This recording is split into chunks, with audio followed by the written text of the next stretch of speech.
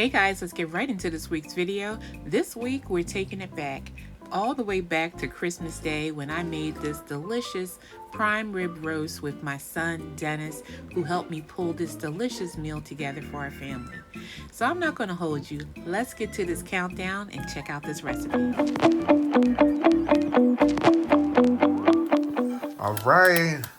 Merry Christmas. This is Dennis, the son of and the heir to the What Adrianne Thinks throne. That is Adrianne. Mom, what are you making here? This is a prime rib roast. Ooh, can I see that back of that bone? Sure can. Ooh. Now, how big is this? It looks like a pretty big piece of meat. This is 8 pounds. 8 pounds. Wow. So that'll do us for about the first course. What are we eating after that? Jesus. We are having a feast for Christmas. We are having our prime rib roast. We're having some chicken roasted in the oven, some roasted vegetables, and Dennis is making potatoes dauphinoise. Potato dauphinoise. And what else, Mother? Cream spinach. It's a steakhouse night. It is. And it's not cream spinach. It's a cream spinach gratin. And what else, Mother? I'm topping off my dauphinoise with a little bit of potato romanoff. Made my way. It's not shredded potatoes, but get over it. We're having potatoes. And I made macaroni and cheese. Macaroni and cheese. And I made a peach cobbler. Peach cobbler. And we have apple pie and cookies. And Mommy is making roasted vegetables. Lots of roasted veggies. Lots of roasted veggies. And that's Christmas dinner. I'll peek in for this for y'all. I won't let her not tell you what this is about because it's too good. Okay? Be back. All right, Mommy, what are we doing? Okay, so this is our 8-pound rib roast. This is our prime rib roast. It's all beef. And here is some rendered bacon fat. Oh, my God, we love bacon. Oh, my God, bacon! That's what I'm going to do when I become Oprah. What can you not live without? Bacon! Bread, bread, bread! Ooh, that looks good. Now, what's the purpose of doing the bacon fat? Is it just another type of fat, or is there something that this exudes that adds to the beef's flavor? This is giving flavors, giving just seasoning overall. So you want to take, and if there's little drippings in there, that's okay. And I guess I imagine like the smokiness also adds some like complexity to it too. It does. Ooh. So once you rub all that in, make sure you get all the sides. And you want to get the front of those bones too, because, you know, if you're like me, you want to nosh on those area. All right, so you just want to turn that. Get that all over. Now we have some seasonings. I'm going to get So we'll come back to you in a few. Let's get the seasonings going. And before we start, do you see those pans? Coming up next, potato romanoff and dauphinoise inside of personalized gratins. And back to our regular scheduled programming. What's going on here? Seasoning. This is some onion powder. This is actually a really good onion powder. I featured this before. My son actually brought this for me, but it's... Which son? Okay, move on. Yeah, so it's really good, but just liberally sprinkle. There's no measurements to this particular part. I'm just going to sprinkle heavy on that side, and then we're going to rub it all in.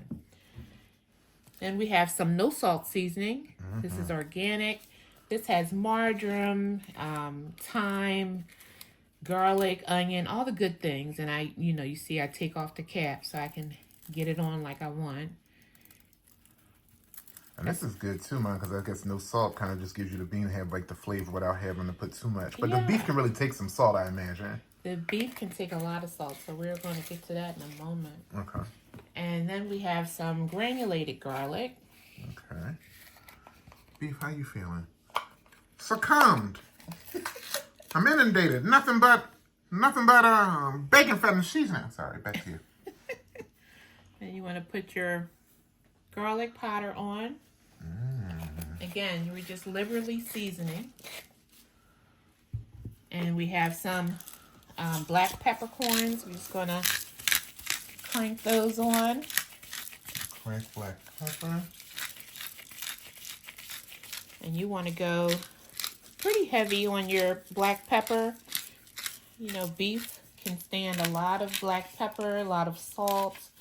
You know, you don't want to overly salt, but because it's so thick, you want to make sure you can kind of get it all in there so it can penetrate a bit. If you wanted to, you could have done this ahead of time and seasoned it, uncovered, placed in the oven. Why I keep saying oven? In the fridge overnight and just let it dry. It's sort of like a dry brine.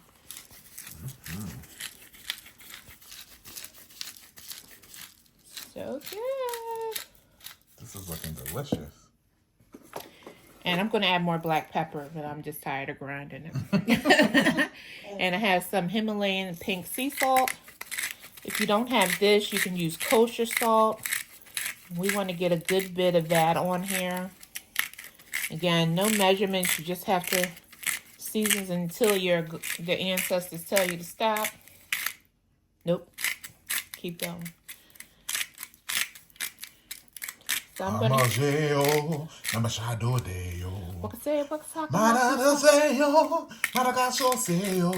My answer say, go, go, go, go, go, go, go, go, go, go, go. Stop!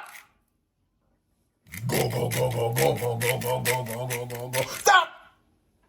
Go, go, go, go, go, go, go, go, go, go, go, go, go, go, go, go, go. Glory. Sorry, y'all. We'll be right back. Hold on. Let's roll in. Okay, so this looks like a whole lot, but remember, this is 8 pounds of meat here. So we're just going to sort of gather that in, and this is going to make a beautiful crust all on the sides.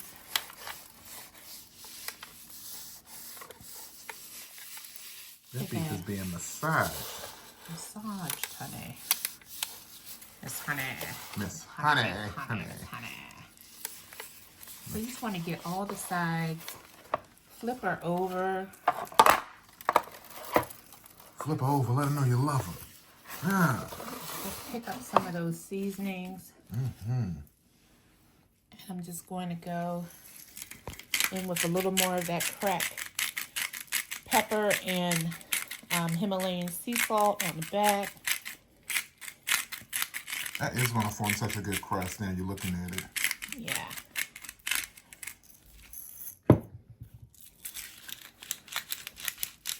And if you don't have a pepper grinder or if you don't have a pepper mill of your own or something, you can just use regular old black pepper. Now, my folk, we ain't had no pepper grinder back in the day. We used pepper. If it was Macy pepper. Macy pepper. What y'all know about Macy pepper? Y'all don't know nothing about no Macy pepper. Now, these children do. And see, all that, none of this is going to waste. So we're just going to put that right back on top. Now, Mom, this is going to like deliver a good bit of fat at the bottom. And I see you doing this on top of a roasting pan that's going to collect that fat. Are you going to use that fat for something else? Like, is that going to be part of the jus or what's going to happen? Yeah, so that'll be the makings of our gravy. Oh, so under this, we have just like, now there's a word in here, just like life. Something is happening under the surface. Oh, something is happening under the surface. That oil is going to drip. That oil. Not the oil. That oil. Not the oil. That oil. The oil. That oil is going to drip under and is going to start the path to make a gravy. It's going to bless the meat again. The meat that it gave is going to give again, and it's going to be... Oh, somebody. I got to go. All right, we're back. Okay, guys. So this is well seasoned. And we're just going to allow this to rest for about another half an hour just to give the seasonings a chance to sort of permeate and get into this meat.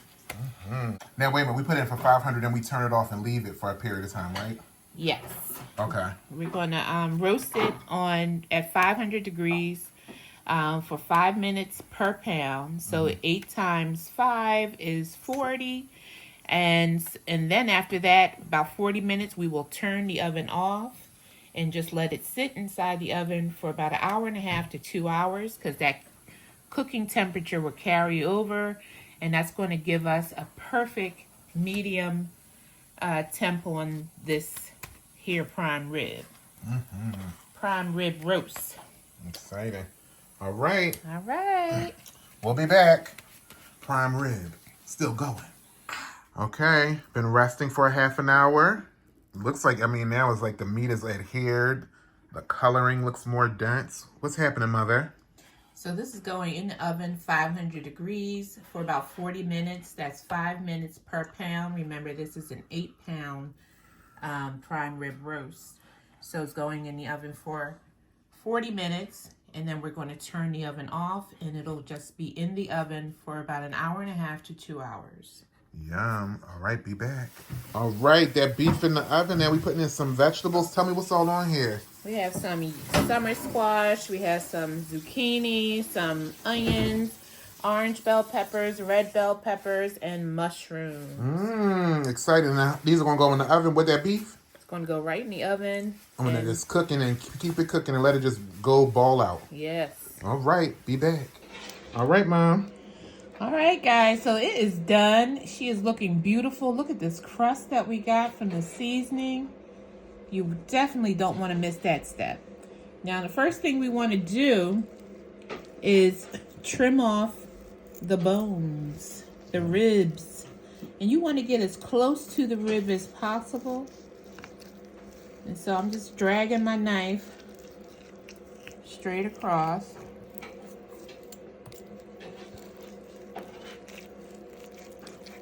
And I'm just letting the bone sort of guide my knife. So I'm going to sit that up a little bit.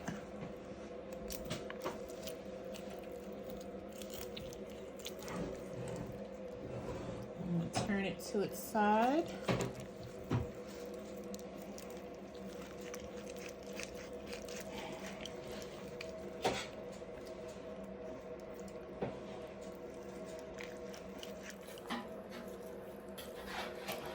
Okay, so here are our beef ribs. And these are going to go back in the oven, just so they can finish.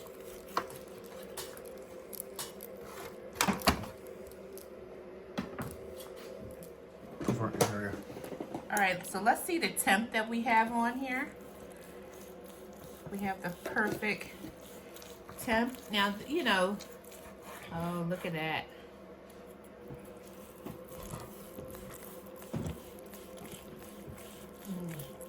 Now, some people, if you're in a restaurant, you'll get this cut very thick.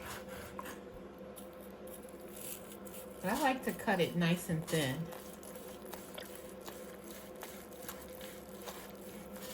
And this is a perfect medium. Hold up a piece. Look at that, guys. Perfect medium temp on that. And don't worry, if you don't like if you prefer a more well done piece of meat, cut it thin. Once you put this in its au jus or any gravy that you're making, it's going to be just fine. It'll be right just as you want it. So now, I'll give some to my cameraman for a taste. Cameraman. Be right back. All right, this is the salad I made. It's arugula, a homemade dressing, orange segments. Thanks, Ing. Mandolin slice fennel. I think that's anjou pear. Is that anjou pear? Anjou pear is in there. Tomato. Very, very fresh salad. And I made a homemade vinaigrette with preserved lemon and garlic that is very, very good that I brought with me from home where I made it. Homemade at home where I made it. Home. All right, guys. Take a look. Take a look. I made a beef rib roast or a prime rib. And these are the ribs from off the bone. I added some barbecue sauce for my family who likes their prime rib a little more well done. I had that in some au jus, some gravy. And for those who like it a little more rare, so we have prime rib 3 ways. rare. That's more like a medium. And au jus and gravy. And the ribs.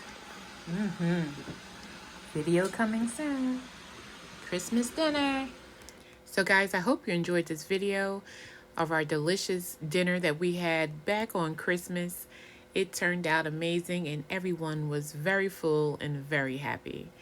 Guys, if you're not a subscriber, child, what you waiting on? Hit the subscribe button, hit the like button, tell your family, your friends, your aunties, your uncle and them, and tell them what I'm doing in this kitchen, y'all, and what Adrianne thinks. Until next time.